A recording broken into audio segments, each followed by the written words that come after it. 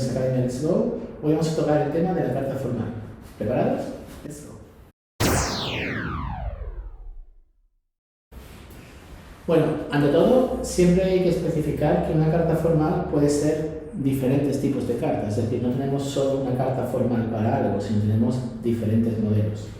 Tenemos que considerar si nuestra formal letter o carta formal es asking for info o asking for information, una carta de pedir información. Por ejemplo, una carta típica de estas podría ser una persona que va a alojarse a un hotel concreto y, por ejemplo, no tiene clara la información del hotel, por ejemplo, si se puede quedar más en la noche, si la habitación puede ser doble o compartida, las facilities, las instalaciones del sitio, quiere saber si puede tener acceso a la sauna, a la piscina, etc. Pues eso sería un ejemplo de carta formal, a formal letter with asking for information. También podemos encontrarnos una application letter. Una application letter es lo que sería una carta de recomendación o una carta para un trabajo, es decir, mandar una carta para responder a un anuncio de empleo, ¿vale? También nos referimos a ella como carta formal. Y por último tendríamos una complaint letter. ¿Qué es una complaint letter? Es una carta de queja, una carta de disatisfacción por un trato recibido de cualquier tipo. Puede ser, pues, por ejemplo, escribís una carta al jefe de manager de un hotel porque no estuvisteis contento con el alojamiento y con la estancia que tuvisteis allí. O, por ejemplo, escribís una carta de queja al jefe de un restaurante por el trato recibido durante vuestra estancia en el restaurante. En cualquiera de los tres casos, el tono tiene que ser siempre muy formal, es decir, educado y siempre guardando un poco la distancia con el emisor de la carta. No importa lo enojados o disgustados que estemos, no se puede, digamos, perder los papeles. En la carta formal hay que ser siempre exquisito. Bueno, he puesto aquí un poquito tanto lo que sería la intro, el cuerpo de la carta, el body, el planning, y el farewell. Como veis un poco, depende un poco del estilo que queráis utilizar de carta, usar más en concreto una u otra. Yo aquí solo voy a poner algunos puntos que me parecen siempre relevantes para vuestra carta formal. Aquí tenéis un poquito lo que serían las características del lenguaje formal. Son bastante cortitas y bastante fáciles de asumir. En el lenguaje formal no se deben utilizar contracciones, es decir, no vale decir, por ejemplo, I'll en lugar de I will, o decir, por ejemplo, don't en lugar de do not. Todas las palabras deben estar sin contracción porque son características propias del lenguaje formal. ¿Okay?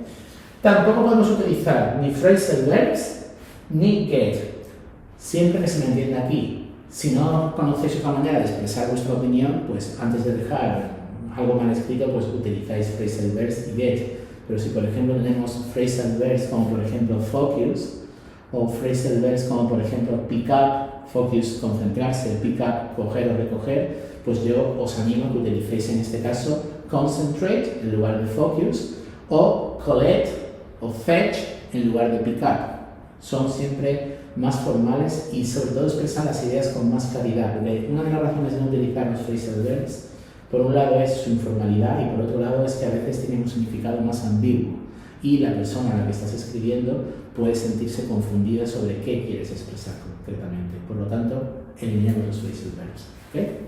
Con el uso del verbo get, igual. Get es el verbo por antonomasia de las frases coloquiales y de la conversación informal en inglés. Si conocéis un poco el verbo get, sabéis que tiene muchísimos usos. Get puede significar pick up o collect, puede significar buy, comprar, puede significar receive, recibir, o puede significar arrive, llegar. Mi consejo es que jamás utilicéis el verbo get, y mucho menos, por ejemplo, cuando utilicéis el get con la forma de become. Es decir, si vais a decir, por ejemplo, I am getting angry, me estoy enfadando, me estoy poniendo enojado, casi que sería mejor utilizar I am becoming angry, porque aunque estemos hablando de algo coloquial, become suena siempre más formal que utilizar get. ¿Ok? Por último, tenemos aquí dos opciones más, que sería el uso de indirect questions. ¿Por qué? Porque las indirect questions son una manera muy formal de preguntar. Una direct question, es decir, una pregunta normal, es una manera demasiado directa de ir al grano. Si yo digo, por ejemplo, what's your name? Esto es una pregunta directa. ¿Cómo te llamas? ¿Cuál es tu nombre? Pero si os digo, por ejemplo, I would like to know what your name is. Es decir, me gustaría saber cuál es tu nombre. I would like to know what your name is. Esto es el ejemplo de pregunta indirecta o oración indirecta, ¿vale? que, como podéis imaginar, pues desde una carta para pedir información hasta una application letter es bastante útil. ¿Okay? Siempre el uso de could o de would, porque implican siempre más formalidad, antes que si vais a utilizar un verbo modal como can, que es como más coloquial. ¿Okay? Y por último, tenemos que tener en cuenta siempre el uso de términos en latín o términos técnicos. Cuando quiero decir términos técnicos me refiero a palabras que sean, digamos, adecuadas para el tipo de carta formal que estáis escribiendo. ¿A qué voy con esto? Si estamos en una application letter, pues hay una serie de palabras relacionadas con la búsqueda de empleo que deberíais de poner en vuestra carta. ¿Cuáles son esas palabras? Pues palabras del estilo de skills, habilidades, full-time, part-time job, trabajo a tiempo parcial o a tiempo completo, o CV, currículum vitae, por ejemplo. ¿Okay? Y cuando digo términos latinos me refiero siempre a que las palabras de origen latina parecen bastante el castellano y, digamos, son siempre de carácter más formal o culto. Entonces, muchas de ellas la gente no las utiliza porque piensan que no existen o porque piensan que están siendo demasiado españoladas, pero realmente son más formales. Por poneros 3 ejemplos claros, tenemos demanding, que es exigente, pero existe en inglés la palabra exigent. Okay, so if you can say exigent, go ahead, it's alright. For this kind of writing, it's okay to use exigent. Okay? Por ejemplo, tenemos en este caso la palabra petition o request, petición. Es mejor utilizar request o petition antes que utilizar simplemente el verbo ask.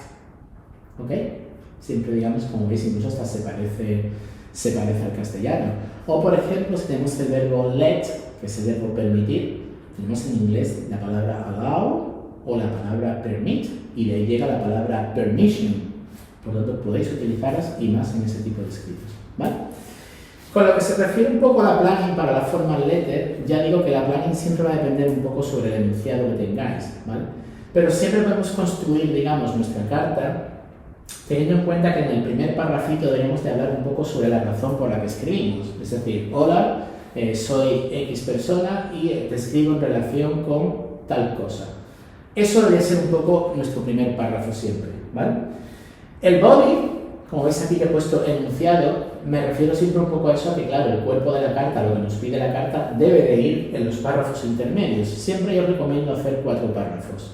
Una intro, 2 párrafos de cuerpo, que viene más o menos en el enunciado lo que tienes que decir, y finalmente una farewell, una despedida, una conclusión, ¿vale? Y aquí se os he puesto una cosita, digamos, por así decirlo, típica que se suele decir, que es I look forward to hearing from you. If you need further information, do not hesitate to contact me. Estoy deseando tener noticias suyas. Si usted necesita mayor información, por favor, no dude en contactarme.